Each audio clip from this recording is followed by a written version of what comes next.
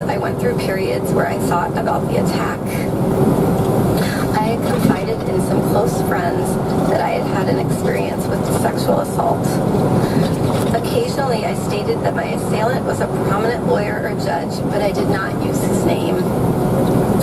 I do not recall each person I spoke to about Brett's assault, and some friends have reminded me of these conversations since the publication of the Washington Post story on September 16, 2018. But until July 2018, I had never named Mr. Kavanaugh as my attacker outside of therapy. This changed in early July 2018. I saw press reports stating that Brett Kavanaugh was on the short list of a list of very well-qualified Supreme Court nominees. I thought it was my civic duty to relay the information I had about Mr. Kavanaugh's conduct so that those considering his nomination would know about this assault. On July 6th, I had a sense of urgency to relay the information to the Senate and the President as soon as possible before a nominee was selected. I did not know how specifically to do this. I called my congressional representative and let her receptionist know that someone on the President's shortlist had attacked me. I also sent a message to the encrypted Washington Post confidential tip line. I did not use my name, but I provided the names of Brett Kavanaugh and Mark Judge. I stated that Mr. Kavanaugh had assaulted me in the 1980s in Maryland. This was an extremely hard thing for me to do, but I felt that I couldn't not do it. Over the next 2 days, I told a couple of close friends on the beach in Aptos, California, that Mr. Kavanaugh had sexually assaulted me. I was very conflicted as to whether to speak out. On July 9th, I received a return phone call from the office of Congresswoman Anna Eshoo after Mr. Kavanaugh had become the nominee. I met with her staff on July 18th and with her on July 20th, describing the assault and discussing my fears about coming forward. Later, we discussed the possibility of sending a letter to Ranking Member Feinstein, who is one of my state senators, describing what occurred. My understanding is that Representative Eshoo's office delivered a copy of my letter to Senator Feinstein's office on July 30th. The letter included my name, but also a request that it be kept confidential. My hope was that providing the information confidentially would be sufficient to allow the Senate to consider Mr. Kavanaugh's serious misconduct without having to make myself, my family, or anyone's family vulnerable to the personal attacks and invasions of privacy that we have faced since my name became public. In a letter dated August 31st, Senator Feinstein wrote that she would not share the letter without my explicit consent, and I appreciated this commitment.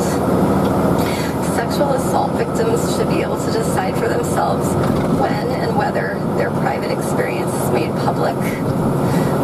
As the hearing date got closer, I struggled with a terrible choice.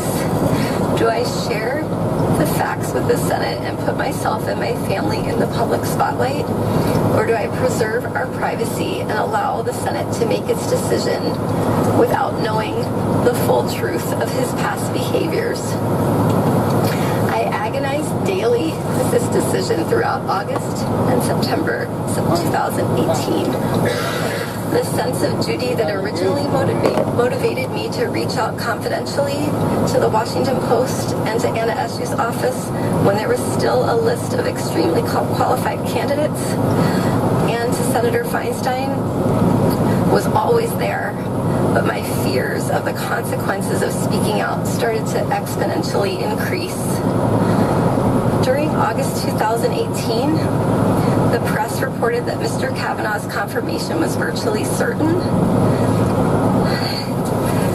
Persons painted him as a champion of women's rights and empowerment. And I believed that if I came forward, my single voice would be drowned out by a chorus of powerful supporters. By the time of the confirmation hearings, I had resigned myself to remaining quiet and letting the committee and the Senate make their decision without knowing what Mr. Kavanaugh had done to me. Once the press started reporting on the existence of the letter I had sent to Senator Feinstein, I faced mounting pressure. Reporters appeared at my home and at my workplace, demanding information about the letter in the presence of my graduate students. They called my bosses and co-workers and left me many messages, making it clear that my name would inevitably be released to the media. I decided to speak out publicly to a journalist who had originally responded to the tip I had sent to the Washington Post and who had gained my trust. It was important for me to describe the details of the assault in my own words. Since September 16th, the date of the Washington Post story, I have experienced an outpouring of support from people in every state of this country. Thousands and thousands of people who have had their lives dramatically altered by sexual violence have reached out to share their experience and have thanked me for coming forward. We have received tremendous support from our friends and our community. At the same time, my greatest fears have been realized, and the reality has been far worse than what I expected. My family and I have been targeted of constant harassment and death threats, and I have been called the most vile and hateful names imaginable. These messages, while far fewer than the expressions of support, have been terrifying and have rocked me to my core. Information and that of my parents online on the internet. This has resulted in additional emails, calls, and threats. My family and I were forced to move out of our home. Since September 16th, my family and I have been visiting in various secure locales, at times separated and at times together, with the help of security guards. This past Tuesday evening, my work email was hacked and messages were sent out trying to recant my description of the sexual assault. Apart from the assault itself, these past couple of weeks have been the hardest of my life. I've had to relive this trauma in front of the world. I have seen my life ripped apart by people on television, on Twitter, other social media, other media, and in this body who have never met me or spoken with me. I have been accused of acting out of partisan political motives. Those who say that do not know me. I am an independent person and I am no one's pawn. My motivation in coming forward was to be helpful and to provide facts about how Mr. Kavanaugh's actions have damaged my life so that you could take into a serious consideration as you make your decision about how to proceed. It is not my responsibility to determine whether Mr. Kavanaugh deserves to sit on the Supreme Court. My responsibility is to tell you the truth. I understand that a professional prosecutor has been hired to ask me questions, and I'm committed to doing my very best to answer them. I have never been questioned by a prosecutor, and I will do my best. At the same time, because the committee members will be judging my credibility, I do hope to be able to engage directly with each of you. And at this point, I will do my best to answer your questions. Request some caffeine.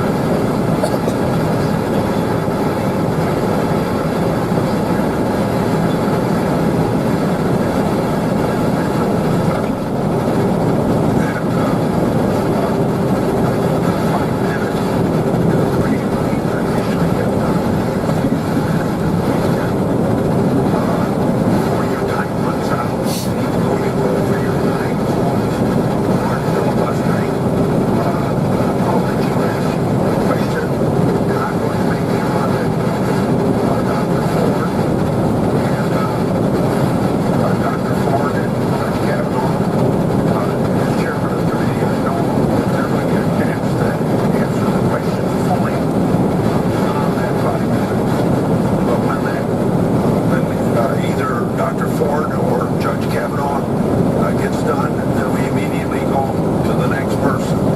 So I hope that will be done in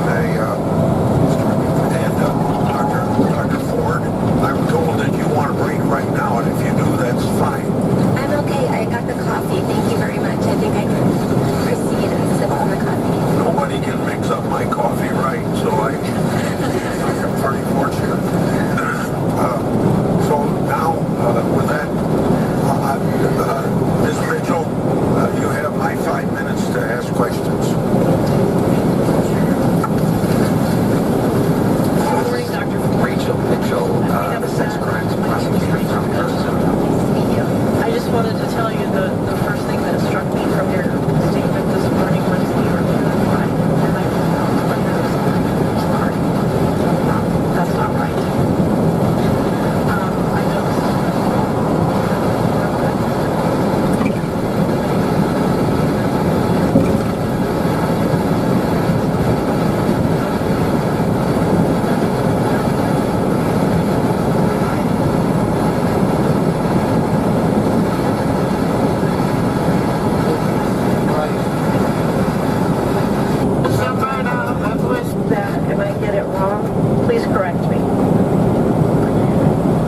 Going to ask you to guess.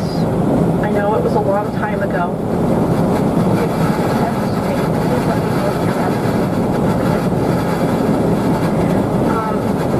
We've put before you, and I'm sure you have copies of them anyway, 5 pieces of information, and I wanted to go over them.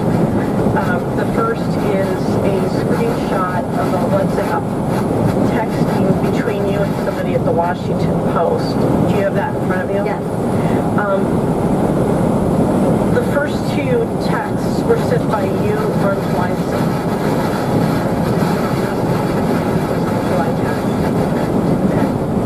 Are those 3 comments accurate? I will read them, yes.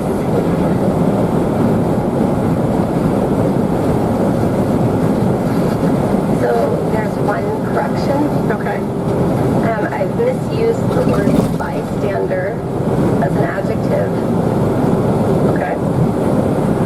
Bystander means someone that is looking at an assault, and the person named PJ was not technically a bystander. I was writing very quickly into the sense of urgency, so I would not call him a bystander. He was downstairs, and I remember he was a tall and very nice person. I didn't know him well, but he was downstairs.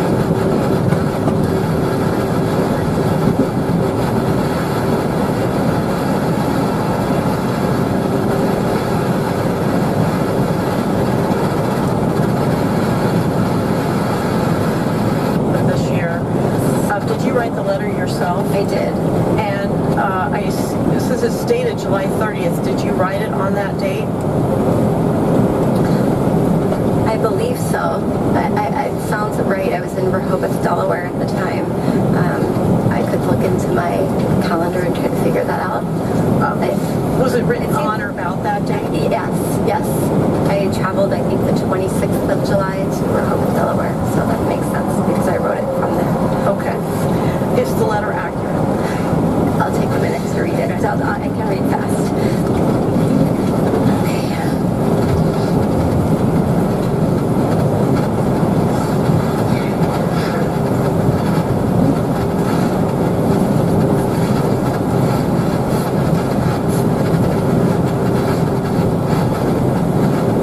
Okay. Testifying before the Senate Judiciary Committee is being questioned by Rachel Mitchell, the sex crimes prosecutor from Arizona, who is questioning instead of the chair trying to translate his past his questions over to Rachel Mitchell.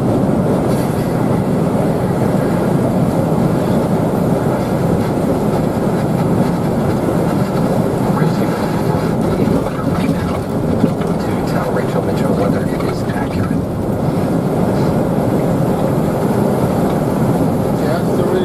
Letter say whether it's accurate or not. Nina Turnberg, you wanted to say something here? Yeah, you've already seen why Republicans would want an experienced sex crimes prosecutor. Question areas that I'd like to address. Okay. In the second paragraph,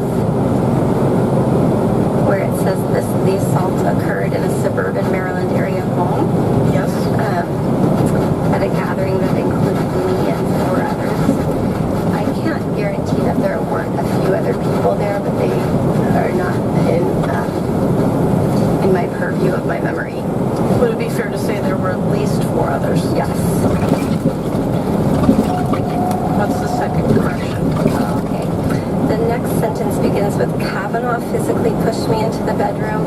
I would say I can't promise that Mark Judge didn't assist with that. I don't know. It was pushed from behind, so I don't want to put that solely on him. Okay. Okay. Ms. Mitchell, I don't know whether this is fair for me to interrupt, but I want to keep you within 5 minutes. Is that a major problem for you in the middle of a question? Because I've got to treat everybody the same. I understand that. Can I go to Senator Feinstein or you? Yes, sir. I'm sorry to get some lights right. Please do.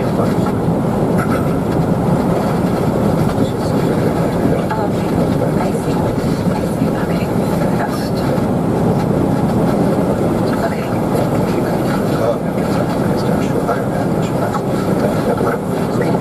For the benefit of Dr. Ford, I think she'll continue that after the 5 minutes here. Okay. Mr. Chairman, I'd like to begin by putting some letters in the record. Without objection, so ordered. Thank you. If you want to tell me. Chairman addressed this time appears to have run out there. Here's Senator Dianne Feinstein. Members of the witness and 1,000 female physicians across the country. Those are what the letters are. Look at this. I want to thank you very much for your testimony. I know how very, very hard it is. Why have you held it to yourself all these years? As you look back, can you indicate what the reasons are? Well, I haven't held it in all these years. I did disclose it in the confines of therapy, where I felt like it was an appropriate place to cope with the sequelae of the event. Well, can you tell us what impact the events had on you? Well, I think that the sequelae of sexual assault varies by person. So for me personally, anxiety, phobia, and PTSD-like symptoms are the types of things that I've been coping with. So more specifically, claustrophobia, panic, and that type of thing. Is that the reason for the second door, front door? Correct. Is claustrophobia? Correct. It doesn't. Our house does not look aesthetically pleasing from the curb. I see. And do you have that second front door? Yes, it's For and yes. it now is a place to host Google interns because we live near Google, so we get to and other students can look. Can you tell us, is there any other way this has affected your life? The primary impact was in the initial 4 years after the event. I struggled academically. I struggled very much in Chapel Hill and in college. When I was 17 and went off to college, I had a very hard time, more so than others, forming new friendships and especially friendships with boys. And I had academic problems. What were the when we spoke and it became very clear how deeply you felt about this and the need that you wanted to remain confidential? Can you talk a little bit about that? Yes, so I was watching carefully throughout the summer. Well, my original intent, I just want to remind, was to communicate with everyone when there was still a list of candidates who all seemed to be, just from my perspective, from what I could read, equally qualified. And I was in a hurry to try to get the information forward, but didn't quite know how to do that. However, once he was selected and it seemed like he was popular and it was a sure vote, I was calculating daily the risk-benefit for me of coming forward and wondering whether I would just be jumping in front of a train that was headed to where it was headed anyway, and that I would just be personally annihilated. How did you decide to come forward? Ultimately, because reporters were sitting outside of my home and trying to talk to my dog through the window to calm the dog down. And a reporter appeared in my graduate classroom, and I mistook her for a student. And she came up to ask me a question, and I thought that she was a student, and it turned out that she was a reporter. was enough. People were calling my colleagues at Stanford and leaving messages on their voicemails and on their email saying that they knew my name. Clearly, people knew my address because they were out in front of my house. And it just, the mounting pressure seemed like it was time to just say what I needed to say. I'm sorry. I want to ask you one question about the attack itself. You were very clear about the attack being pushed into the room. You say you don't know quite by whom, but that it was Brett Kavanaugh that covered your mouth to prevent you from screaming, and then you escaped. How are you so sure that it was he? The same way that I'm sure that I'm talking to you right now. It's just basic memory functions, and also just the level of norepinephrine and epinephrine in the brain that sort of, as you know, encodes, that neurotransmitter encodes memories into the hippocampus, and so the trauma-related experience then is kind of locked there, whereas other details kind of drift. So what you were telling us is this could not be a case of mistaken identity. Absolutely not.